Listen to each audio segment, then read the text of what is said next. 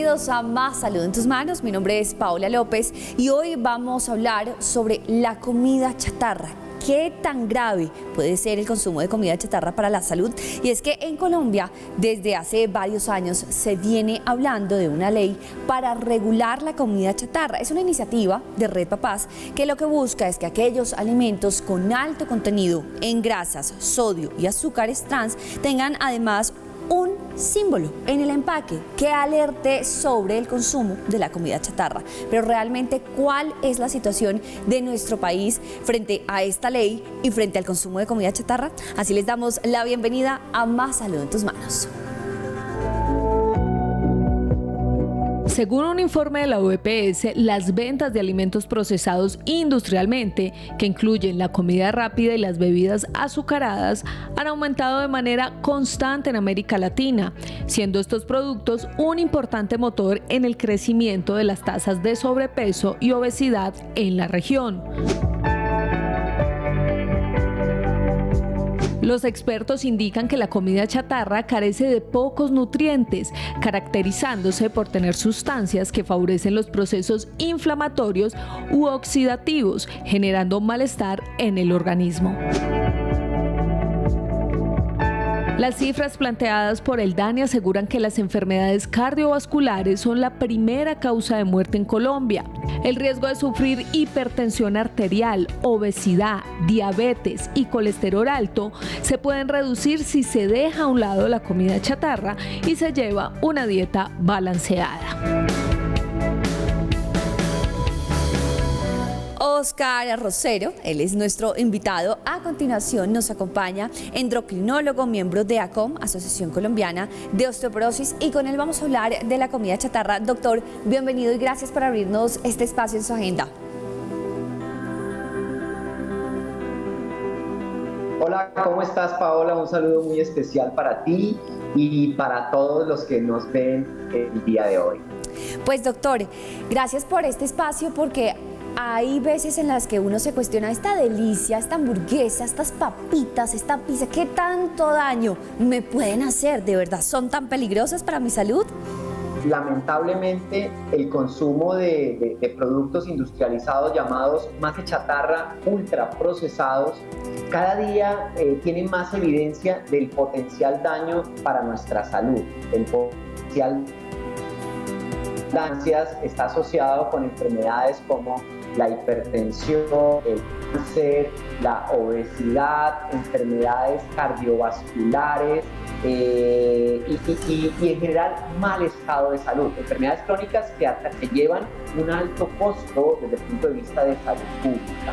Esta comida ultraprocesada definitivamente no va a formar parte masiva del consumo. Yo te doy un dato adicional: el 70% del carrito del mercado colombiano actualmente está basado en sustancias, productos industrializados, ultraprocesados, que son muy carentes de nutrientes, muy densos en energía y además, como mencionábamos anteriormente, cargadísimos de sustancias o de ingredientes proinflamatorios.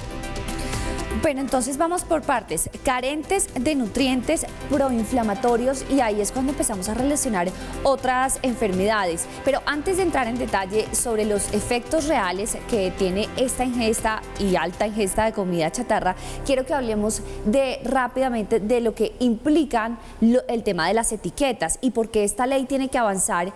Y aprovecho pues al doctor que nos explique, porque si bien es cierto, pues de por sí esta comida ya es muy llamativa, ¿qué tanto podría cambiar una etiqueta, un simbolito con una advertencia en la comida que estamos buscando ingerir? Pues Paola, ese es un tema que sigue siendo todavía controversial. Hay algunos estudios que han reportado disminución de la decisión de compra de estos productos, por ejemplo en Chile, que lleva ya algún tiempo implementándolos, en México. El problema es que si esa información no va amarrada o atada a una política pública de información de por qué el exceso de azúcar, el exceso de grasas trans, el exceso de grasas saturadas, el exceso de sodio potencialmente nos hace daño, pues al final simplemente quedaremos en la etapa contemplativa, en la etapa en la que solamente podremos ver los sellos, pero no entenderemos el trasfondo que hay de ellos. Es claro el exceso de estos ingredientes en la comida produce enfermedad. Clarísimo y demostrado. El punto es cómo va a ser el gobierno nacional para transmitir ese mensaje de que no solamente son sellos, sino que esos sellos tienen detrás un componente negativo para la salud. Hacer ese link, ese anclaje entre el sello y el componente negativo es una tarea fundamental para el gobierno. Claro, y esto por supuesto tiene un proceso educativo importante porque también pues somos consecuencia de la alimentación de nuestros padres y nuestros padres de la alimentación de nuestros abuelos, y poco a poco se ha presentado esa constante que lo más sencillo, lo más fácil y lo más rico es la comida chatarra. Entonces, uno al año no hace daño, uno al mes qué bueno es, y uno al día qué bueno sería, y nos acostumbramos a comer comida chatarra. Y es que eso viene también enlazado al concepto de exceso de es perjudicial para la salud. Dice el exceso de, pero cuando definimos qué es exceso de, pues no está plenamente establecido y queda en la ambigüedad individual de decidir, yo decido qué es exceso. Para mí, por ejemplo, exceso puede ser una vez a la semana, pero para otro el exceso puede ser una vez al mes o una vez al día. Creo que ahí está el punto. Yo creo que más allá de determinar qué es exceso, es definir que sustancias inflamatorias y tóxicas no deberíamos tenerlas dentro del consumo regular y dentro de nuestro carrito del mercado. Creo que eso es lo más importante de ese proceso educativo. Creo que la ciencia ya tiene suficiente evidencia de decir, mire, el azúcar añadido a los alimentos hace daño, incrementa el riesgo de todas las enfermedades crónicas, las grasas saturadas son malas, y peor aún si son grasas saturadas de origen vegetal, el exceso de sodio es malo, sube la tensión, falla cardíaca, enferma. Entonces hay que tener en cuenta el exceso de calorías, sube de peso. Entonces hay que tener en cuenta que ese trabajo educativo nos toca a los que trabajamos como profesionales, como divulgadores de conocimiento en redes, al gobierno, en cabeza del Ministerio de Salud, pero también al Ministerio de Educación. Eso es una política que tiene que llegar más allá simplemente de un sellito. Yo siempre he criticado un poquito el tema de exigir sellos si no van de la mano de educación. O sea, el sello finalmente, y les cuento experiencias, por ejemplo,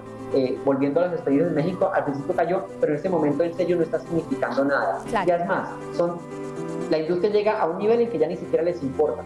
Ponen sellos y ya la gente lo sigue comprando. Claro, porque finalmente pues se vuelve paisaje, y si bien la advertencia hay que hacerla constantemente, tiene que ir de la mano de esa educación. Entonces, para retomar y otra vez casi que arrancar, ¿qué es comida chatarra? Ya sabemos que es mala, que las grasas trans, y a veces entendemos y casi que nos estamos tratando de familiarizar con esos conceptos de carbohidrato simple, carbohidrato complejo, grasas trans, grasas saturadas, y uno dice, ok, pero deme 2 hamburguesas, por favor. Tienes absolutamente toda la razón. Yo creo que lo primero es tratar de evitar yo sé que el tema chatarra es muy difundido, pero hablamos más bien de comida industrializada, comida ultraprocesada. ¿Y por qué lo digo? Porque a veces vemos productos que no catalogamos mentalmente como chatarra, como por ejemplo unas galletitas integrales. Sí. Y resulta que las galletitas integrales tienen más sodio, tienen más grasa saturada que cualquier otra cosa que nos podamos imaginar. Yo he trabajado siempre el concepto más de que hay 2 tipos de alimentos. La alimentación real es la comida real y la comida industrializada. Y la comida real es esa comida que no tiene procesamiento y que formaba parte de nuestra cultura ancestral.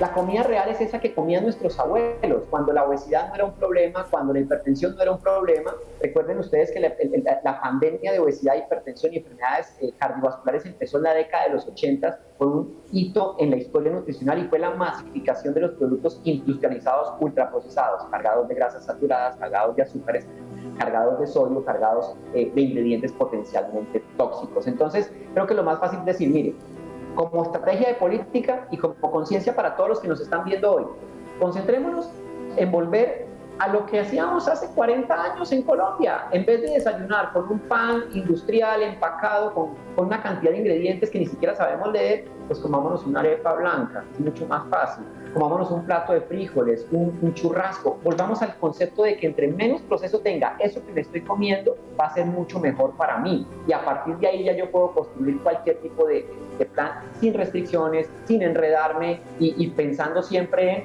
esto lo comía mi abuelita o no. Y ahí ya empiezo a encontrar respuestas mucho más sencillas.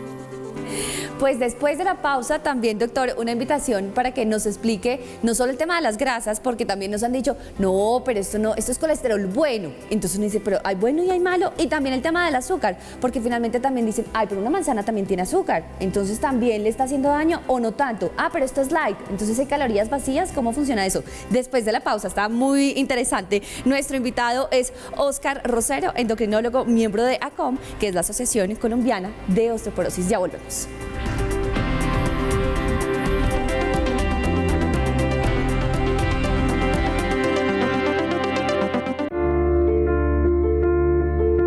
La comida chatarra genera una adicción y se genera precisamente por el contenido de azúcar y de grasas que se presentan en nuestro cuerpo. ¿Qué sucede? Que cada vez que consumimos comida chatarra se incrementa la dopamina, que es un neurotransmisor asociado al placer, al gusto, a la recompensa. Entonces se crea como una especie de círculo vicioso, lo llamo yo, un círculo donde se consume la comida chatarra, eso genera placer, bienestar, una sensación incluso de felicidad. Y como esto tampoco pues alimenta mucho porque no tiene nutrientes, queda un vacío de dopamina posterior a eso que hace que yo vuelva a buscar este tipo de productos para que vuelva a consumir, y eso es lo que genera que se cree la adicción. Psicológicamente hay varios efectos, pero también hay que considerar los efectos sociales, efectos culturales que causan que esto suceda. Es decir, me explico un poco mejor. Cada vez que tenemos algún evento social, alguna salida, algún encuentro con nuestros compañeros, familiares, amigos, tiende a haber este tipo de comportamiento de consumo de este tipo de productos que tienen aditivos y que realmente no son sanos plenamente para nuestro cuerpo. Podemos perder atención, memoria, aprendizaje debido a el efecto de este tipo de alimentos. Nuestros niños entran en un contexto donde es común, es del día a día estar consumiendo azúcar. Además, ese contexto viene impulsado también pues, por la empresa, por el sector empresarial, donde se asocia con algún personaje que el niño anhela o quiere o está viendo en sus caricaturas. Entonces, los niños se ven afectados por estos efectos sociales. Lo que se busca es que pueda haber un nivel educativo, cultural, que nos lleve a entender y que pedagógicamente podamos ir mejorando el tipo de alimentación que tienen nuestros niños, que la nutrición sea cada vez mejor para nuestros niños y que podamos encontrar ese balance entre productos sustitutos que son sanos, pero que también son deliciosos a la hora de consumir.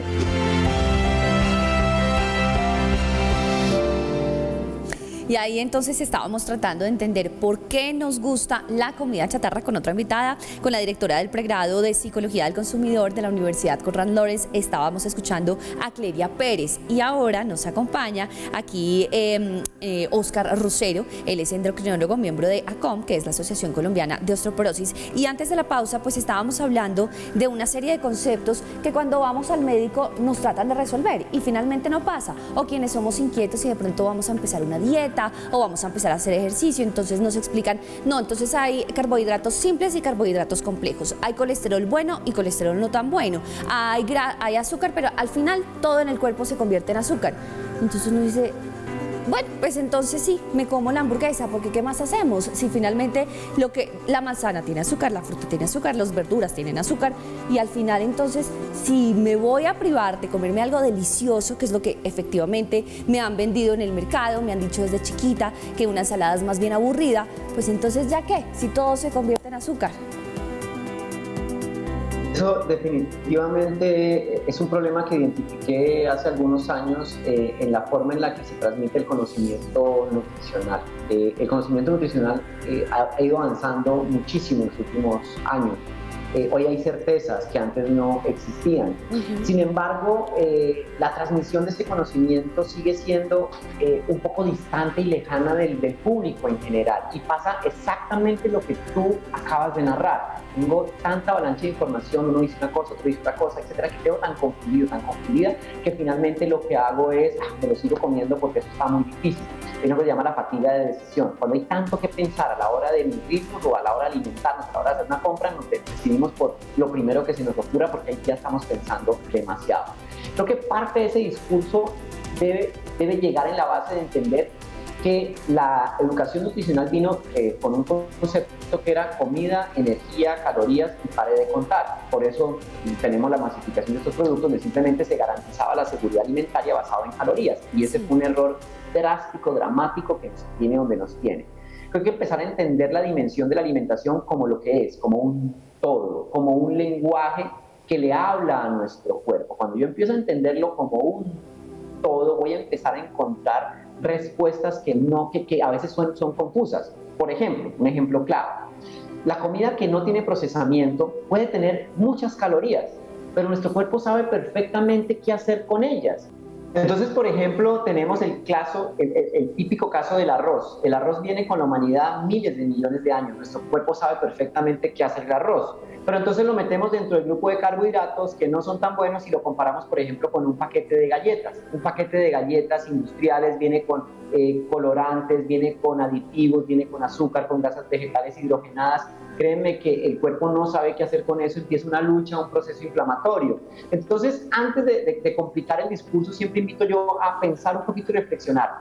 Entre menos procesos tenga ese producto que me voy a comer, va a ser mejor recibido por mi cuerpo. Y hay una gran ventaja que tiene la comida cuando tiene mínimo proceso y es que es naturalmente saciante, nos llena muy fácilmente. Yo les quiero poner un ejemplo para que reflexionen.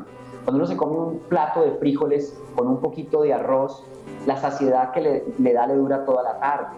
De tal forma que esa es la ventaja. Si voy a mirar calorías, los que solamente hablan de contar calorías digan, uy, no, qué cantidad de calorías, 2 carbohidratos, pero no cuentan con que esos 2 carbohidratos se asimilan bien, mi cuerpo sabe qué hacer con ellos y la saciedad va a evitar que vuelva a comer más adelante. Entonces hay cosas interesantes en cuanto a la nutrición que hay que aterrizar y actualizar a lo que estamos viviendo hoy en día.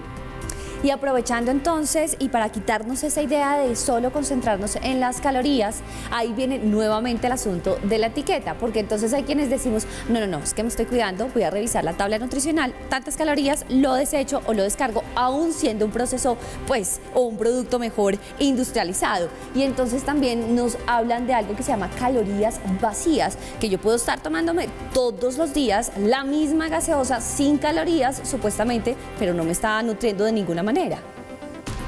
Y es que ese es el problema, la comida empacada, la comida industrializada no tiene verdadero aporte nutricional. Yo necesito un alimento que me aporte y esta comida no me está aportando micronutrientes. Hay un problema de salud pública actual y sobre todo en las mujeres en edad de gestación, en edad fértil y embarazadas, y es que están quedándose con más del 70% de déficit de micronutrientes durante la gestación y va a empezar una competencia. ¿Y por qué tiene ese déficit con el bebé? ¿Y por qué tiene ese déficit de micronutrientes? Porque el 70% del carrito del mercado son cosas que no son comida y que no alimentan. Y desafortunadamente la industria también se encargó de decirnos, es malo comer papa, es malo comer arroz, es malo comer yuca, es mejor comer este pancito integral. Y cuando uno va a ver los ingredientes de ese pancito integral, es altamente inflamatorio, no funciona, nuestro cuerpo no responde bien a eso. Entonces también hay que empezar a entender que el solo tema de calorías quizás nos puede confundir. Y cuando yo empiezo a comer de verdad, la comida de verdad no tiene tabla nutricional, no tiene calorías, es que no las necesita. Ay, buenísimo eso, la comida de verdad. Entonces no hay que concentrarnos en las tablas nutricionales, porque al final, si tiene tabla nutricional, es que es un producto industrializado. Vamos a una pausa y ya volvemos con Óscar Rosero, endocrinólogo, miembro de ACOM, Asociación Colombiana de Osteoporosis.